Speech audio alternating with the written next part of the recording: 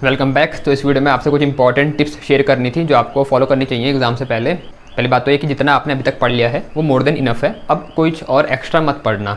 जितना आपने पढ़े हैं चीज़ उन्हीं को एक बार आराम से रिवाइज करना, हड़बड़ी में नहीं, आराम से। जैसे मेथड को आप एक बार देख लेना, कैरेट मेथड, कुछ मेथड है उनको देख लेना, क्वेश्चन को एक बार ऊपर से नज़र मार लेना, बस।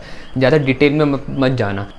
दूसरी बात, जब आप वहाँ पर पेपर दोगे तो क्वेश्चन पेपर में क्वेश्चन को पहले आप ध्यान से पढ़ लेना कि क्वेश्चन बोलना क्या चाह रहा है, क्वेश्चन में हमें करना क्या है। ठीक है, आधी अगर आपने क्वेश्चन ढंग से पढ़ा तो आधी प्रॉब्लम तो वहीं सॉल्व हो जाएगी। क्वेश्चन को ढंग से पढ़ के अगर समझ लिया तो 50% काम तो वहीं हो गया। ठीक है, क्योंकि कई बार ऐसा होता है कि क्वेश्चन ने बोला कुछ और होता है, हम करके कुछ और आ जाते हैं।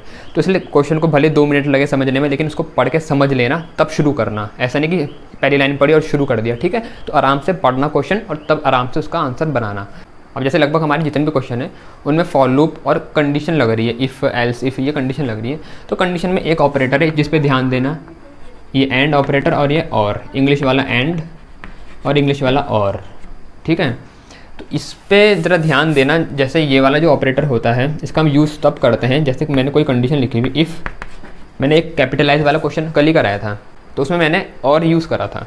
ठीक है, कई बार हम एंड यूज़ करते हैं। जैसे एंड कब यूज़ करते हैं, जैसे मैंने लिखा था, जैसे मेरे को डिजिट पता करने हैं, 1-2 मिनट की बात है, ध्यान से सुनना। जैसे डिजिट पता करने होते हैं मुझे, तो मैं ऐसे लिखता हूँ CH ग्रेटर देन और equal to 0 and CH less than equal to क्या 9, ऐसे लिखते हैं। अब यहाँ पर ध्यान देना, मैं आपको ये समझाना चाह रहा हूँ। अगर मैंने यहाँ पर और लिखा होता, ठीक है, तो क्या प्रॉब्लम आती। और में ये होता है कि अगर कोई भी कंडीशन ट्रू होगी तो हमारे स्टेटमेंट रन कर जाएंगे जो हमने यहाँ लिखे होते हैं। तो फॉर एग्जांपल जैसे यहाँ पर, तो इसमें क्या प्रॉब्लम है और अगर एंड लिखते तो क्या अंतर है। तो फॉर एग्जांपल यहाँ पर कैरेक्टर मेरा कुछ ऐसा है जो 0 से बड़ा है। ठीक है, कुछ ऐसा कैरेक्टर मैंने दिया इनपुट में CH में जो 0 से बड़ा है, लेकिन वो डिजिट नहीं है।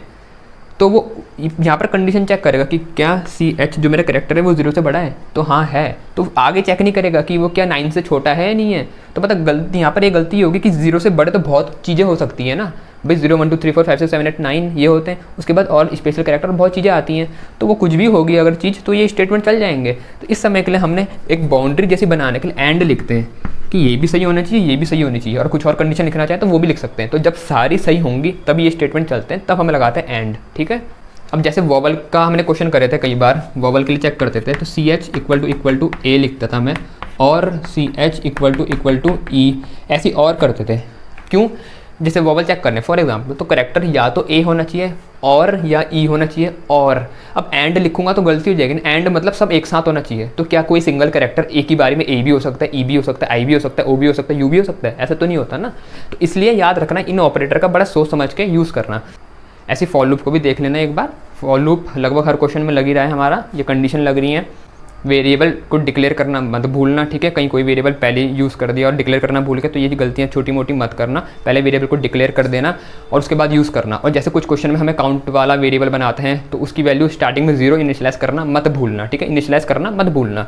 सम वाला वेरिएबल होता है तो उसको हम 0 इनिशियलाइज करते हैं, प्रोडक्ट वाले को 1 करते हैं। तो ये कुछ बातें हैं जो याद रखनी है, भूलना मत। और system.out.println को फुल फॉर्म में लिखना, शॉर्ट फॉर्म मत यूज़ करना, मार्क्स करते हैं ऐसी चीज़ों के। ठीक है, और डबल इन्वर्टेड कॉमा लगाना मत भूलना जो system.out.println के अंदर हम लगाते हैं। ठीक है, तो ये छोटी मोटी बातें हैं। और जैसे वेरिएबल की वैल्यू प्रिंट करते हैं तो प्लस करके उसके आगे वेरिएबल लिखते हैं, याद है ना, system.out.println के अंदर हम करते हैं। तो ये छोटी मोटी बातें हैं जिनका ध्यान रखना। कर्ली ब्रैकेट ओपन जितने करे होंगे क्लास मेन के, तो उनको सही तरीके से आखिरी में एंड में क्लोज भी कर देना। स्कैनर को इंपोर्ट करना मत भूलना, स्कैनर का ऑब्जेक्ट भी बनाना। ठीक है, जो शुरुआत के मेरी 4-5 लाइनें होती हैं। तो इस तरीके से अपना प्रोग्राम बनाओगे तो कोई आपके मार्क्स नहीं काट सकता। तो अब टेंशन बिल्कुल नहीं लेनी, आपको सब कुछ आता है। अच्छे से जाओ, रिलैक्स होकर के अपना पेपर देना, क्वेश्चन को ध्यान से पढ़ना, तब अटेम्प्ट करना। ठीक है, तो आपको बेस्ट ऑफ लक, अच्छे से अपना पेपर देना। मुझे उम्मीद है आप सबके मार्क्स बहुत अच्छे आएंगे।